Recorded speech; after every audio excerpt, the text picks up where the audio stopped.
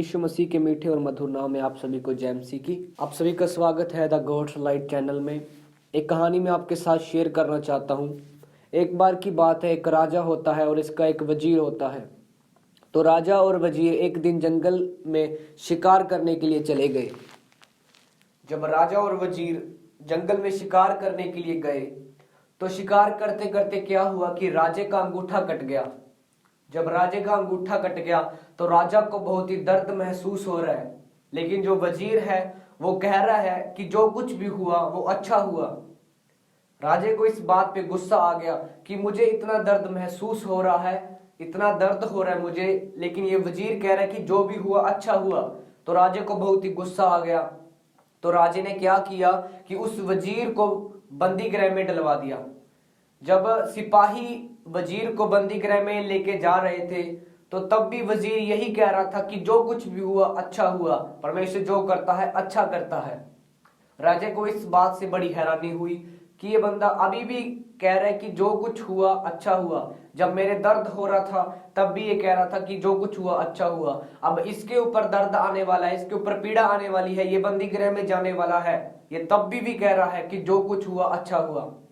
तो ये राजे को बड़ी अजीब लगी ये बात। तो कुछ दिन बीते तो राजा फिर जंगल में शिकार करने के लिए गया। इस बार उसके साथ वजीर नहीं था, वो अकेला शिकार करने के लिए गया। तो क्या हुआ कि राजा शिकार करने के लिए जब जंगल में गया तो राजे को आदिवासी लोगों ने पकड़ लिया। जब राजे को आदिवासी लोगों ने पकड़ लिया, अपने तबेले में उस राजे को ले गए। उस दिन आदिवासी लोगों को कोई पर्व था कि उस दिन किसी को बलि चढ़ाना है। तो राजे को उस दिन वो बलि चढ़ाने के लिए तैयार कर रहे हैं, राजे को साफ कर रहे हैं, पवित्र कर रहे हैं बलि के लिए। जब उसको पवित्र कर रहे थे तो क्या देखा कि राजे का अंगूठा कटा हुआ था। जो बलि होती है वो एकदम संपूर्ण बलि होती है, लेकिन जब देखा कि राजे का अंगूठा कटा हुआ है तो लोगों ने सोचा कि ये बलि नहीं चढ़ सकता क्योंकि ये संपूर्ण नहीं है। तो राजे को उस वजीर की याद आई। उस वजीर ने कहा था कि जो हुआ वो अच्छा हुआ। राजा को छोड़ दिया गया क्योंकि वो संपूर्ण वो अपवित्र ठहराया गया, बलि के योग्य नहीं समझा गया, इसलिए राजा को जिंदा छोड़ दिया गया। तो राजा दौड़ के भवन में आता है, अपने राजमहल में आता है। तो वो सिपाहियों से कहते हैं कि जल्दी से जल्दी उस वजीर को मेरे सामने पेश किया जाए।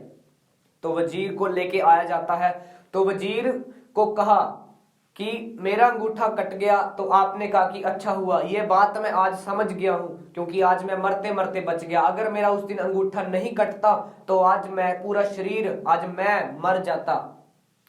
राजे ने कहा कि ये बात मैं समझ गया हूं कि तूने कहा था कि मेरा अंगूठा कट गया, तूने कहा था कि जो कुछ हुआ अच्छा हुआ, लेकिन एक बात मुझे समझ नहीं आई। जब तुझे बंदी गृह में लेके जा रहे थे तब तूने क्यों कहा कि जो कुछ हुआ अच्छा हुआ। तो वजीर ने बड़े ही हंसते हुए जवाब दिया, कहता कि राजा जी, अगर उस दिन आप मुझे बंदी गृह में ना डालते तो आज मैंने आपके साथ शिकार करने के लिए जाना था।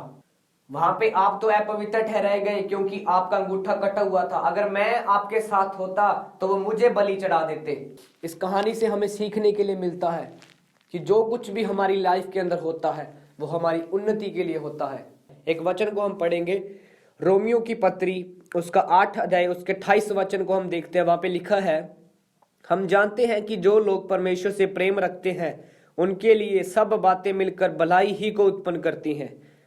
यहाँ पे पौलुस भी लिख रहा है कि हम जानते हैं कि जो लोग परमेश्वर से प्रेम रखते हैं उनके लिए सब बातें मिलकर भलाई ही को उत्पन्न करती हैं। परमेश्वर से प्रेम करने का मतलब है उसकी आज्ञाओं को, उसकी विधियों को मानना।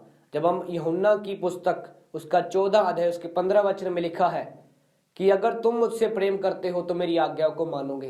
प्रेम करने का मतलब यही है कि हम अगर उसके वचनों के ऊपर चलते हैं, उसकी आज्ञा का पालन करते हैं, तभी हम परमेश्वर से प्रेम करते हैं। और जो परमेश्वर से प्रेम करते हैं उनकी लाइफ में चाहे दुख आए, चाहे गरीबी आए, चाहे घाटे आए, चाहे नुकसान आए, कुछ भी आ जाए, वो उनकी उन्नति के लिए होगा, उनकी भलाई के लिए होगा। कई बार परमेश्वर हमें परीक्षा में डालकर देखता है, कई बार परमेश्वर हमारे ऊपर थोड़ा संकट लेके आता है कि हाँ, ये मेरा बेटा, ये मेरी बेटी सच में मुझसे प्रेम करते हैं कि नहीं। अगर हम उस टेस्ट में पास हो जाते हैं तो वो परमेश्वर हमारी उन्नति करता है, हमारे लिए भलाइयों को उत्पन्न करता है। चाहे कुछ समय हम गरीबी के अंदर रहे, चाहे कुछ समय हम लड़ाई के अंदर, झगड़े के अंदर रहे, लेकिन आने वाला समय हमारे लिए ब्लेसिंग का होगा। परमेश्वर का वचन यहाँ पे हमें यही बताता है कि हम जानते हैं कि जो लोग परमेश्वर से प्रेम करते हैं उनके लिए सब बातें मिलकर भलाई ही को उत्पन्न करती हैं। यहाँ पे वचन स्पष्ट रूप से बताता है कि जो लोग परमेश्वर से प्रेम करते हैं, उसकी आज्ञा, उसके वचन के ऊपर मानते हैं, उनके लिए हर एक बात जो उनकी लाइफ में घटती है वह उनकी उन्नति के लिए होती है। इसलिए हमें हर एक सिचुएशन में उस परमेश्वर को धन्यवाद देना चाहिए, उससे प्रेम करना चाहिए, उसकी बातों को मानने वाले बनने चाहिए। चाहे हम कैसी भी सिचुएशन के अंदर क्यों नहीं है, हमें हर एक सिचुएशन के अंदर परमेश्वर को धन्यवाद देना चाहिए। इस वचन के द्वारा आप सभी को आशीष मिले। सभी को मेरी ओर से जय मसीह की।